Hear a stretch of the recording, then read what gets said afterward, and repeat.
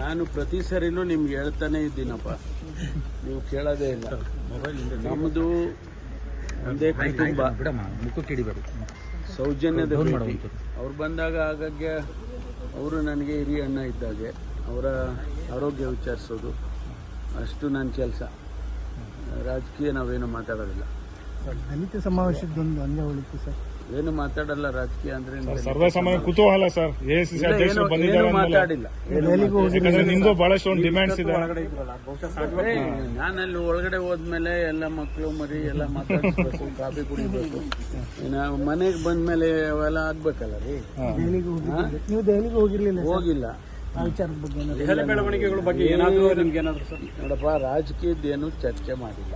ಸ್ಪಷ್ಟವಾಗಿ ಹೇಳ್ತೀನಿ, ನಾನು ಕುಟುಂಬದ ವಿಚಾರಗಳನ್ನ ಚರ್ಚೆ ಮಾಡಿಕೊಂಡು ಮಾತಾಡಿಕೊಂಡು ಅವ್ರ ಆರೋಗ್ಯ ವಿಚಾರಿಸ್ಕೊಂಡು ಬಂದಿದ್ದೇನೆ, ಕಾಫಿ ಕುಡ್ದಿದ್ದೀನಿ, ಆಯ್ತಾ? ಅಷ್ಟು ಬಿಟ್ರೆ ಬೇರೆ ಏನಿಲ್ಲ. ಕುಟುಂಬದಲ್ಲೂ ಕೂಡ ಇಬ್ರು ಪ್ರಭಾವಿ ರಾಜಕಾರಣಿಗಳ ಸರ್, ನೀವು ಮತ್ತೆ ಅವರು ಏನಾದ್ರು? ಅಲ್ಲಲ್ಲ, ಇದಾರಲ್ಲ, ಪ್ರಿಯಾಂಕ್ ಇದ್ದಾನೆ, ಆಮೇಲಿಂದ ರಾಧಾಕೃಷ್ಣ ಅವರು MP ಆಗಿದ್ದಾರೆ, ಆಯ್ತಾ? ನಾವೆಲ್ಲ ಈಗ ಮಾತಾಡ್ಕೊಂಡು ಬರ್ತೀವಿ, ಅಷ್ಟು ಬಿಟ್ರೆ ಬೇರೆ ಏನಿಲ್ಲ. ಚಿಕ್ಕಂದಿನಿಂದ ನಾನು ಪ್ರಿಯಾಂಕನ್ನ ಚಿಕ್ಕಂದಿನಿಂದ ನೋಡಿರೋದು. ಆಮೇಲೆ ರಾಧಾಕೃಷ್ಣ ನಾವು ಎಲ್ಲ ಒಂದು ಆಯ್ತು 45 ವರ್ಷದ ಫ್ರೆಂಡ್ಶಿಪ್ಪು, ಆಯ್ತಾ? ಅದರಿಂದ ಇವೇ ಮಾತಾಡೋದು ನಾವು, ಬೇರೆ ಏನು ಮಾತಾಡೋದು. ರಾಜಕೀಯ ಬೆಳವಣಿಗೆಗಳ ಬಗ್ಗೆ ಇಲ್ಲ, ಏನೂ ಇಲ್ಲ.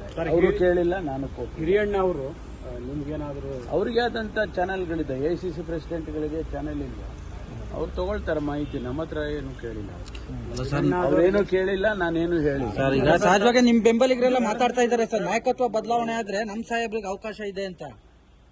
ಬರೋಣ.